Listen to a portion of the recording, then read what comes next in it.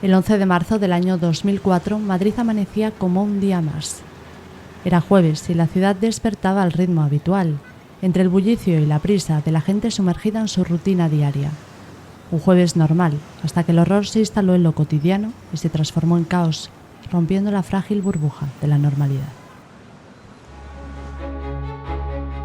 Desde el punto de vista personal, no lo olvidaré jamás. Un shock absoluto, que recuerdo perfectamente, de vértigo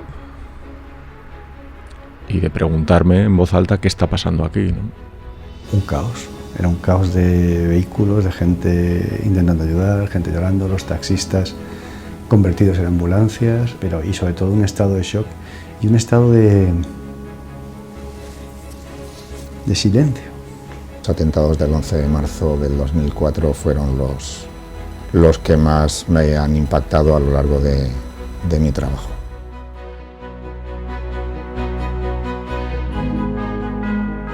Las memorias del 11M, capítulo 1. Los hechos, víctimas y testigos.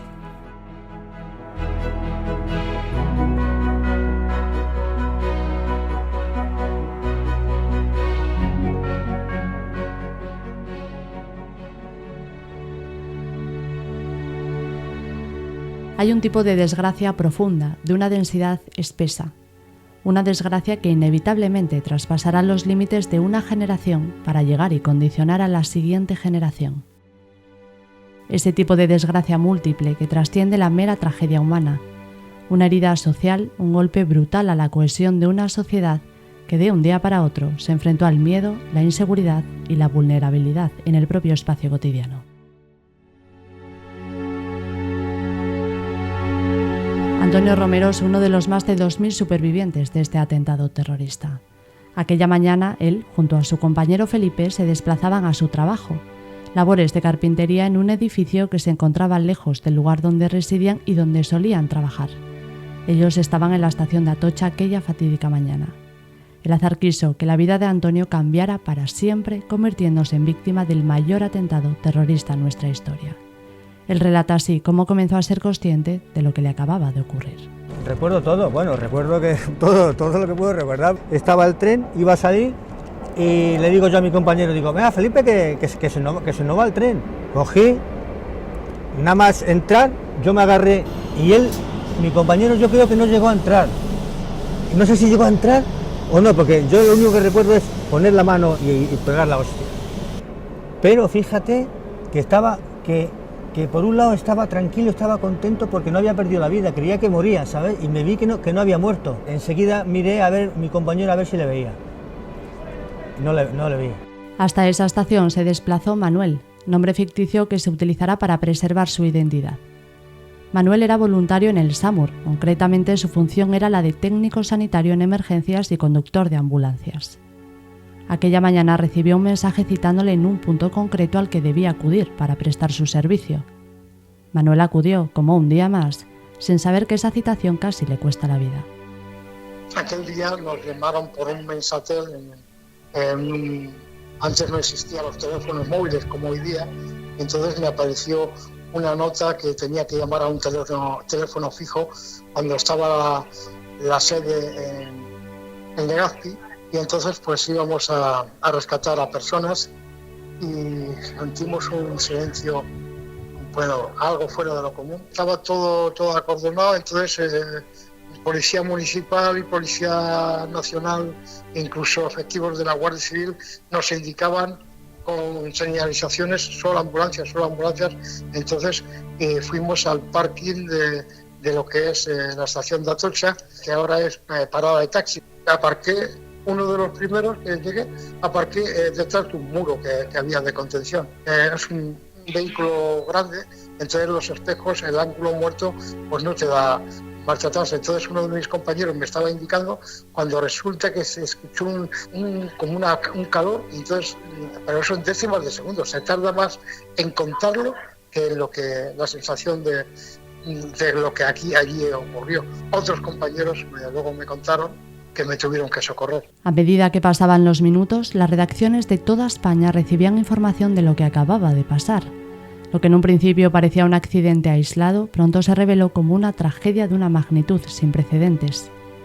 Jorge Rodríguez en aquel momento era redactor jefe en la sección de Nacional en el periódico El País. A las 7:30, 7 menos cuarto aproximadamente, me llamó mi jefe, que en ese momento era Carlos Castro, y me dijo que por lo visto había oído en la radio, que por lo visto había habido unas explosiones en la estación de Atocha, pero que las primeras informaciones que estaban dando en la SER parecía que no había habido fallecidos ni había víctimas mortales, que sí podía hacer una gestión.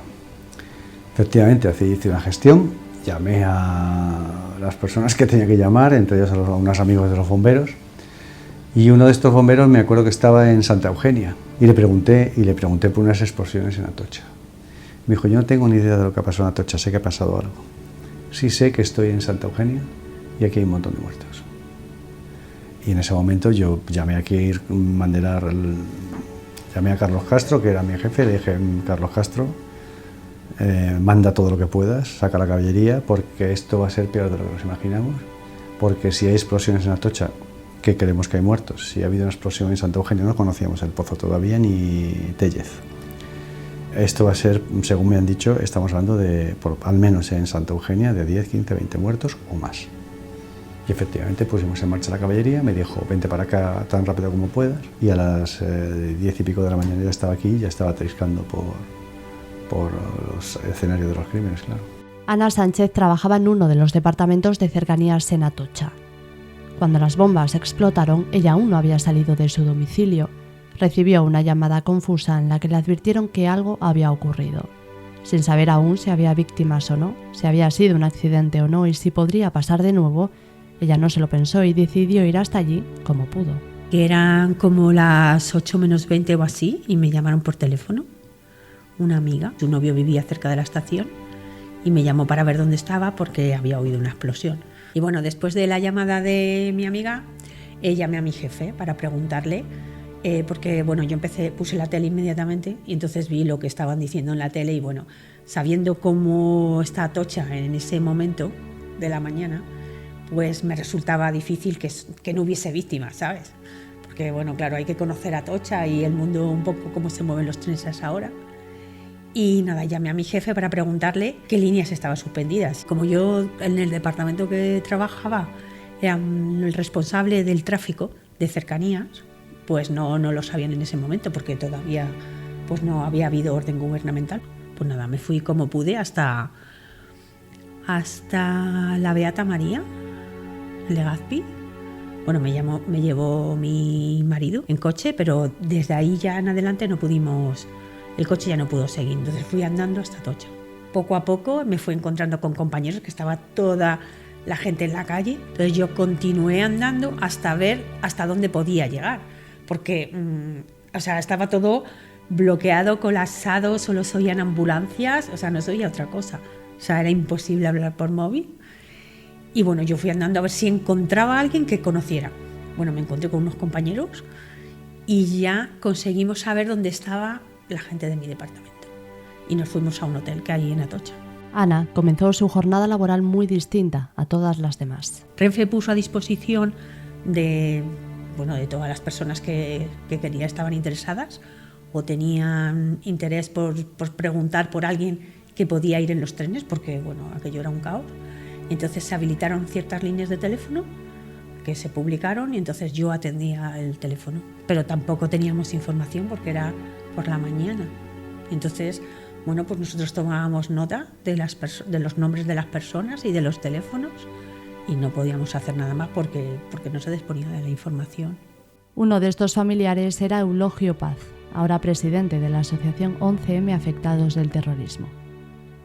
Eulogio es el padre de Daniel, uno de los tantos jóvenes que aquella mañana cogió el Cercanías de camino a la universidad. Daniel Paz Manjón se subió al tren en la estación del Pozo. Fue uno de los fallecidos en el atentado. Eulogio trabajaba cerca de la estación de Atocha. Uno de los compañeros todavía no había llegado a su puesto de trabajo y su mujer llamó preocupada. Entraba a trabajar a las 8 de la mañana, pero casi siempre entraba media hora antes, para colocar, para ponerme al día antes de empezar la jornada laboral, ¿no? Siempre he madrugado y siempre he estado media hora antes en el terminal. Y ese día en la mesa de al lado de mi puesto de trabajo sonó el teléfono, lo cogí, era la mujer de un compañero, y me dijo, ¿ha llegado Miguel? Y digo, pues no ha llegado todavía, digo, suele llegar un poquitín más tarde, claro. Y él llegaba a la hora que tenía que entrar, a las 8. Y dices que estoy preocupada porque ha habido unas explosiones ahí en Atocha y al decirme eso, pues encendí el ordenador, entré en internet, vi el recorrido de los trenes y bueno, pues era el recorrido que hacía Daniel. Le llamé al móvil, no lo cogía, llamé a su madre, tampoco, su madre ya estaba, digamos, también en la pista de lo que estaba pasando, ¿no? Y la verdad es que, bueno, pues como estaba allí en Atocha, pues allí incluso en mi centro de trabajo aquí, o sea, fue un poco caótico allí, la gente, claro, dejó de trabajar, todo el mundo dejamos de trabajar, para arriba y para abajo. Nos dieron unos números de teléfono para llamar, para preguntar por las personas que las estábamos buscando. Y yo llamé varias veces, pero bueno, que no lo cogía nadie el teléfono, aparte de que debía haber... los teléfonos en esa zona pues debían estar, digamos, pues intervenidos por la policía, por si acaso, digamos, había más atentados o lo que sea, ¿no? Y entonces a eso de las 10 de la mañana pues decidí salir, digo, aquí tampoco voy a hacer mucho más, ¿no? Decidí salir, de allí me puso incluso la empresa un coche y al primer sitio que fui al Gregorio Marañón. En el Gregorio Marañón ahí ya dijeron una lista de heridos que tenían en el hospital, lógicamente. No estaba el nombre de Daniel. Y me fui al 12 de octubre y allí lo mismo. Pues había un listado de heridos que habían ido al 12 de octubre. Y luego después me fui a la Estación del Pozo, pero bueno, la Estación del Pozo, que precisamente fue donde fue asesinado Daniel, ¿no? Pero bueno, allí incluso era imposible entrar, ¿no? Estaba lleno de policías, de ambulancias, de coches ya de la funeraria. Total, que me fui de allí. Recuerdo que luego fui al Hospital de la Paz, incluso al Niño Jesús, y bueno, ya por en última instancia volví al Gregorio Marañón, y en el Gregorio Marañón había ya un listado de personas que estaban heridas, pero no solo del Gregorio Marañón, sino ya había un listado centralizado pues, de los diferentes hospitales a los que habían ido los heridos, ¿no? Total, que allí ya dijeron los nombres de los heridos, no dijeron el nombre de Daniel, y dijeron que los que no hubiesen sido nombrados, que podíamos acercarnos al IFEMA, ¿no? El IFEMA, que es unas naves, que lo conoce el Instituto Ferial de Madrid, ¿no? A eso llegamos allí a eso de las 4 de la tarde, ya con el resto de mi familia. Nos pidieron alguna señal para identificar a Daniel, que si estaba entre los heridos allí. Recuerdo que le dimos una señal de una cicatriz que tenía en el codo de cuando hacía karate. Y nada, allí estuvimos toda la tarde. Llegaron compañeros de la Universidad de Daniel, más familiares. Y bueno, la noche fue un poco dura, porque claro, allí había muchas familias que estaban esperando, digamos, una noticia, ¿no? Y claro, a las tantas de la noche, pues a lo mejor se oía, yo qué sé, pues un grito de un familiar que le habían dicho que la persona que estaba buscando, que estaba fallecida, ¿no? Yo recuerdo que me fui a mi casa a duchar, a eso de las 4 de la madrugada o así. Pasé por casa de mi madre para comentarle la situación. Y volvimos por la mañana y la policía científica nos dijo que, bueno, más o menos podían tener reconocido el cuerpo de Daniel, pero que tenían que hacerle las pruebas de ADN a su madre y a mí, ¿no? No las hicieron y a eso de las 12 de la mañana nos dijeron que nos podían marchar y que ya nos avisarían, ¿no? Nos fuimos y nos avisaron el día 16 para recoger el cuerpo de Daniel. Y lo recogimos, lo llevamos a un tanatorio para velarlo la noche del 16 al 17.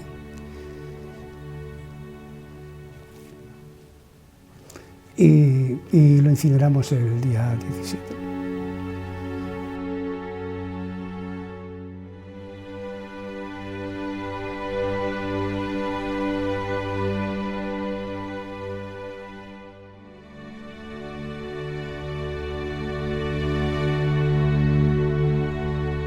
Decía la periodista mexicana Marcela Turati que los periodistas nos dedicamos a tocar el dolor de los otros. Y algo así debió sentir Chema Forte cuando se trasladó al Hospital Gregorio Marañón para cubrir desde allí la noticia. El redactor de los servicios informativos de Radio Nacional de España vivió desde dentro la angustia y la desesperación de padres, de hermanos, de tíos que buscaban a sus familiares que a veces conseguían encontrar como Antonio y otros continuaban sin respuesta como los padres de Daniel. Yo acompañé a una de las móviles hasta Atocha. Yo no pude entrar a la estación, ya habían entrado otros compañeros y entonces lo que hice fue fui caminando desde Atocha hasta el Gregorio Marañón porque los primeros heridos nos dijo la policía que iban al Gregorio Marañón y en el Gregorio Marañón las imágenes fueron muy impactantes.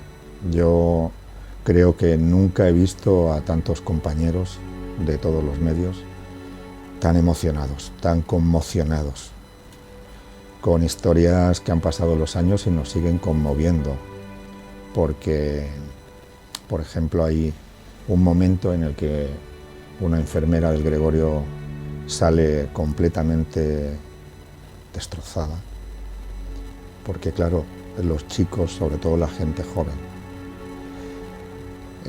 sus teléfonos móviles estaban sonando y eran sus padres, su familia, y con qué fuerza coges tú ese teléfono para decir soy enfermera del Gregorio Marañón y la persona por la que usted está preguntando está muerta o está gravemente enferma o está en la UCI y no va a salir.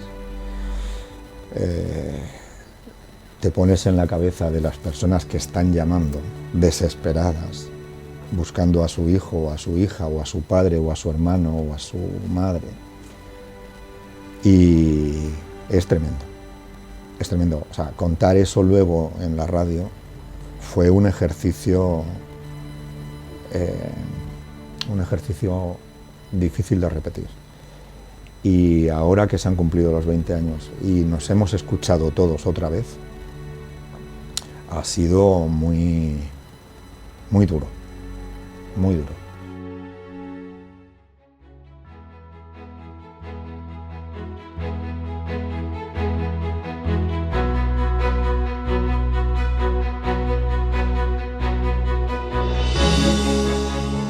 Entre las 7:37 y las 7:41 de la mañana del 11 de marzo del año 2004, 10 artefactos explosivos estallaron en 4 trenes de cercanías ubicados en diferentes puntos de la geografía madrileña.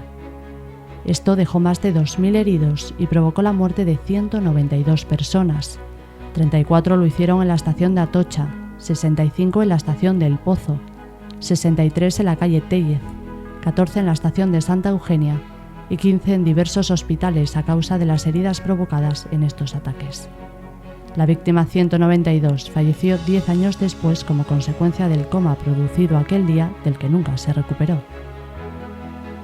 Este atentado fue perpetrado por la organización terrorista Al-Qaeda 3 días antes de unas elecciones generales. El suceso cambió el rumbo electoral. 20 años después, hay quien cree y difunde una posible implicación de ETA a pesar de que las investigaciones judiciales ya demostraron que no fue así.